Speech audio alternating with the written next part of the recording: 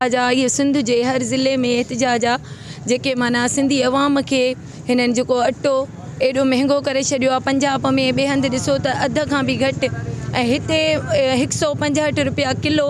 शर्म जड़ी गाल आ त सिंधी हुआ ही असांजी एडी खुशहाल सिंध जेका है उहा बुख थी मरे पई है, उनके तबाही तरफ ही वठी विया आहिनि।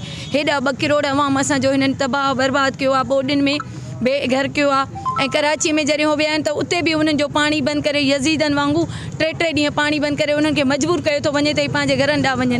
जे अचनि था घरनि ॾांहुं त शर्म नथो अचेव। तव्हां हुक्मरान आहियो त उन्हनि खे तव्हां ॾिनो छा आहे? उन्हनि जो नेमल बदल, उन्हनि जा घर विया, बचा विया, हर शइ वई। उन्हनि खे तव्हां जॻहूं या कुझु प्लाट या कुझु अहिड़ो कुझु ॾियो त सही, उहो बि न।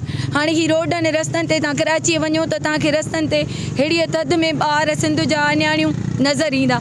उन खां पोइ ही सॼी एॾी वॾी महांगाई जेको असां जेके विचोले तबिके जा माण्हू आहियूं उन्हनि जे लाइ ॾुखियो आहे त जेके सफ़ा मज़ूरी कंदड़ ग़रीब माण्हू आहिनि उन्हनि जी छा कंडीशन हूंदी।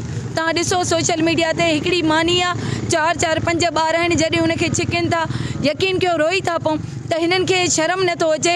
हाणे असां हिननि खे इहो था चवणु चाहियूं, अॼु जो जेको एहतजाज आहे सिंध यूनाइटेड पार्टी हर डिस्ट्रिक्ट में जेको कयो आहे त ही अटे जी हथरादू खोड़ जेका आहे इहा जल्द खां जल्द ख़तमु कयो, वरना जेको सिंध जो अवाम आहे एॾो दरपदर आहे ऐं एॾो ॾुखियल आहे जो रोडनि रस्तनि ते निकिरी पवंदो, तव्हांखे घरनि में बि सुम्हणु न ॾींदो।